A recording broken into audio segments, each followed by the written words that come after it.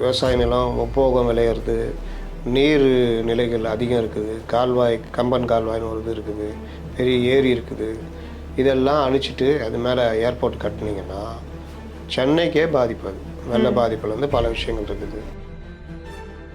சுற்றி இடம் வாங்கி போடாமல் இந்த மாதிரி ஏதோ ஆதாயம் இல்லாமலாம் இவ்வளோ கோவப்பட மாட்டாங்க. உடனடியாக உதயநிதிட்டேருந்து அறிக்கை வருது.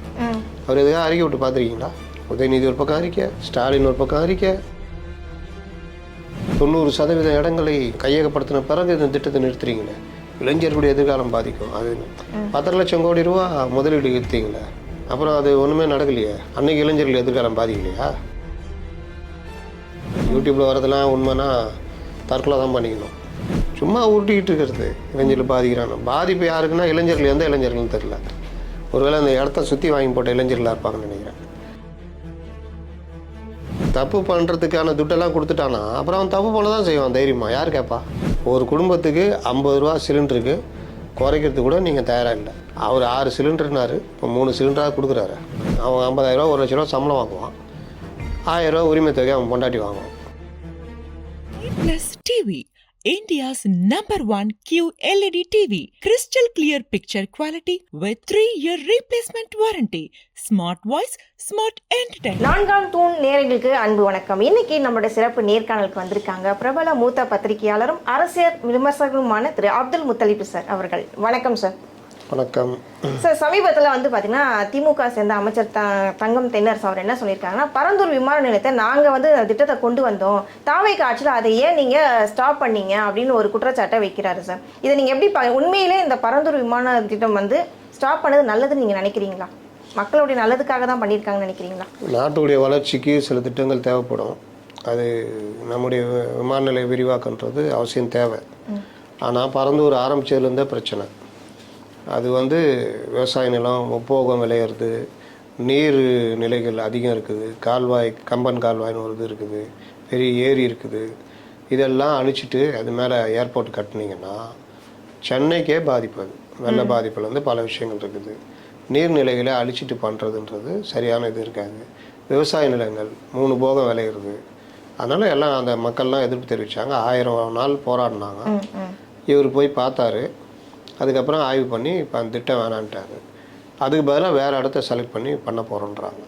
அதனால் இந்த திட்டத்தை நிறுத்தியது கரெக்ட். ஏன்னா நமக்கு விவசாய நிலம், அதை தாண்டி நீர்நிலைகள் முக்கியம். அதெல்லாம் இயற்கையாக உருவாகிறது. அதை போய் அழிச்சிட்டு இருக்கிறதெல்லாம் பைத்தியகார்த்தம். ஆனால் பார்த்தீங்கன்னா நிர்மல்குமார், அமைச்சர் நிர்மல்குமார் என்ன சொல்கிறாங்க, அந்த G2 மருமகன் மாமனாருக்கு அங்கே இன்வெஸ்ட் பண்ணியிருக்காங்க, அதனால தான் இவங்க கத்துறாங்க கதறாங்க அப்படிங்கிற மாதிரி ஒரு குற்றச்சாட்டு வச்சுருக்காரு. அதுக்கெல்லாம் ஆதாரம் இருக்கா இல்லையான்னு தெரியாது. ஏன்னா அவங்களே தொழில்துறை அமைச்சர் என்ன சொல்கிறாங்கன்னா, அங்கே சுற்றி யாருனாலும் வாங்கி போட்டாங்கன்னு ஆர்டிஐயில் போட்டு கேட்டால் கூட சொல்லாமல் லாக் பண்ணி வச்சுருக்காங்க. அதனால் யூடியூப்லலாம் பார்த்தீங்கன்னா ஏகப்பட்ட ஆட்கள் வாங்கியிருக்காங்க. யார் வாங்கியிருக்காங்க மாதிரிலாம் வருது. யூடியூப்பில் வரதெல்லாம் உண்மைனா தற்கொலை தான் பண்ணிக்கணும். ஆளாளுக்கு கண்டதை பேசிகிட்டு இருப்பாங்க.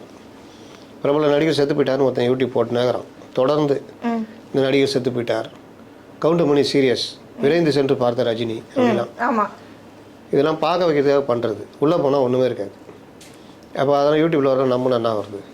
அதனால் அந்த மாதிரிலாம் நம்ம பேசுகிறத வச்சுலாம் அதான் சொல்கிறேன்.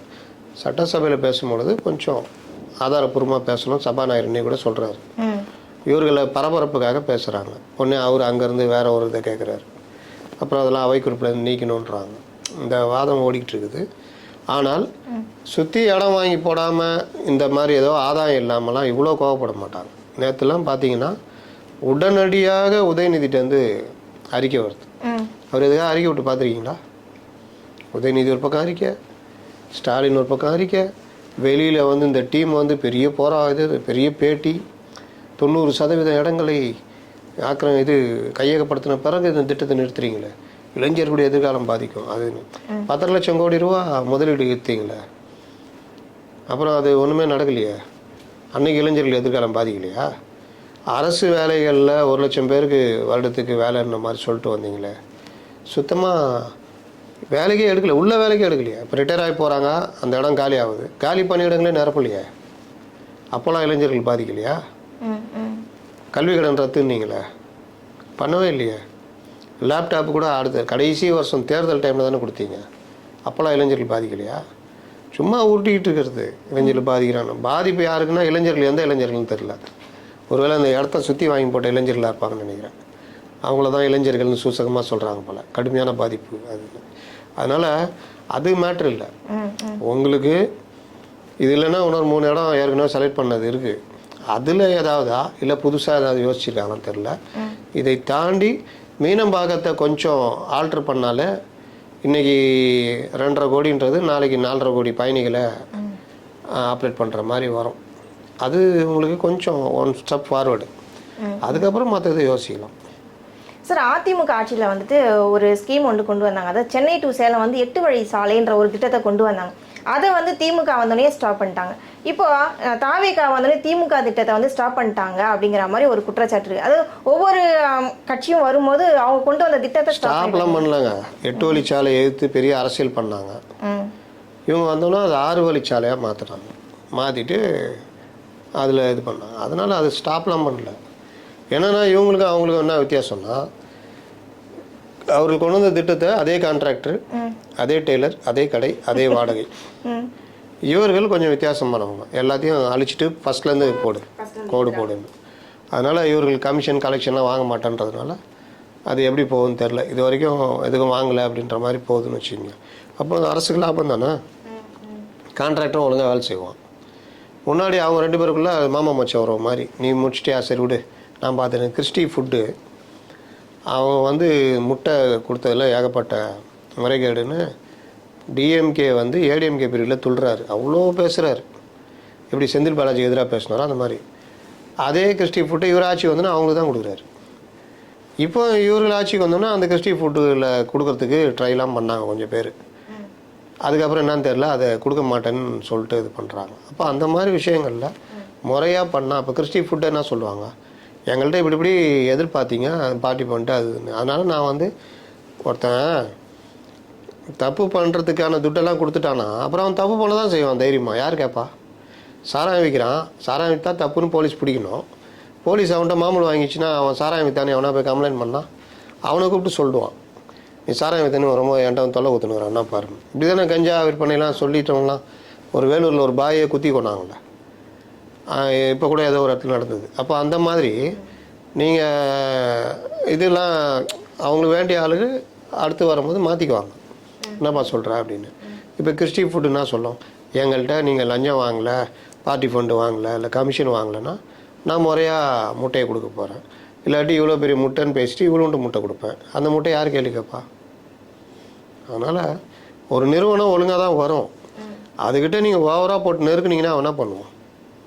அதுக்கேற்ற பொருள் தான் அவன் கொடுப்பான். துட்டு எல்லாம் உங்களுக்கு கொடுத்தது போக அவனுக்கு லாபம் போக இந்த மாதிரி கொடுத்ததுனால கூடுதல் லாபம் வச்சுக்குவான். இன்னும் மோசமாக கொடுப்பான் அந்த பொருளை. யாராவது கேட்டால் துட்டு வாங்கியிருக்காங்கல்ல ஆட்சியில் இருக்கிறவன் அவன் பார்த்துக்குவான். கரெக்டாக தாங்க இது போன காதிலே வாங்க மாட்டான். அதுதான் நடக்கும்.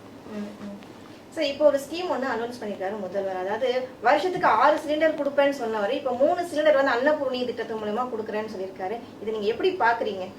6 சொல்லிட்டு இப்போ 3க்கு வந்திருக்காரு. ஏதாவது செய்கிறாரு. ஏன்னா 3 மாதத்தில் இவ்வளோ நிதி நெருக்கடி இவ்வளோ இருக்குது. அதில் 3 சிலிண்டருக்கு 100 ரூபா குறைக்கிறேன்னாங்கல்ல, குறைச்சாங்களா? 100 ரூபா. அப்படி பார்த்தா ஒரு குடும்பம் 6 சிலிண்டர் வாங்கும் ஒரு வருஷத்துக்கு. 100 ரூபா ஒரு சிலிண்டருக்குன்னா 600 ரூபா தான் மொத்தமே. அந்த 600 ரூபான்றதை ஒரு மாதத்துக்கு பிரிச்சிங்கன்னா 50 ரூபா தான். ஒரு குடும்பத்துக்கு 50 ரூபா சிலிண்டருக்கு குறைக்கிறதுக்கு கூட நீங்கள் தயாராக இல்லை. அவர் 6 சிலிண்டர்னாரு, இப்போ 3 சிலிண்டராக கொடுக்குறாரு. அப்போது ஒரு குடும்பத்துக்கு 500 ரூபா மாதம் ஒதுக்குற மாதிரி தான் 6 சிலிண்டர் கணக்கு போட்டால். பண்ணுறாங்களா? வரவேற்கணும்ல. அது கூட ஒரு குறிப்பிட்ட வருமானத்துக்குள்ளவங்களுக்கு மட்டும். ஆமாம், யாருக்கு தேவையோ அவங்களுக்கு தாங்க கொடுக்கணும். எல்லாருக்கும் கொடுத்து இந்த காரில் வந்துடுவான், ஓசி சிலிண்டர் வாங்கி போவோம். அது எப்படி சரியாக இருக்கும்? என்ன கேட்டால் அந்த பொங்கல் தொகுப்பு, இலவச வேட்டி சேலை இதெல்லாம் கூட இந்த இப்போ தான் ரேஷன் கார்டில் ஆதார்லாம் இணைச்சிட்டு பேன்லாம் இணைச்சிட்டாச்சுல, அதை வச்சு வருமானத்தை பார்த்து தான் கொடுக்கணும். 25,000 ரூபா சம்பளம் வாங்குறியா அது வரைக்கும், அதுக்கு மேலேனா அது கிடையாதுன்றணும். அப்படி பண்ணால் தான் கரெக்ட். இல்லாட்டி எல்லாருக்கும் வாரி கொடுத்துக்கின்னு கவர்மெண்ட்டு ஒன்றும் இல்லாமல் அவன் 50,000 ரூபா 1,00,000 ரூபா சம்பளம் வாங்குவான். 1000 ரூபா உரிமை தொகை அவன் பொண்டாட்டி வாங்குவான். அதை வாங்கி அந்த மாதிரி செய்யும், பொட்டு பூ எதாவது வாங்கிட்டு இருவோம். அது அப்படி போனால் அரசுடைய பணம் தான் காலியாகும்.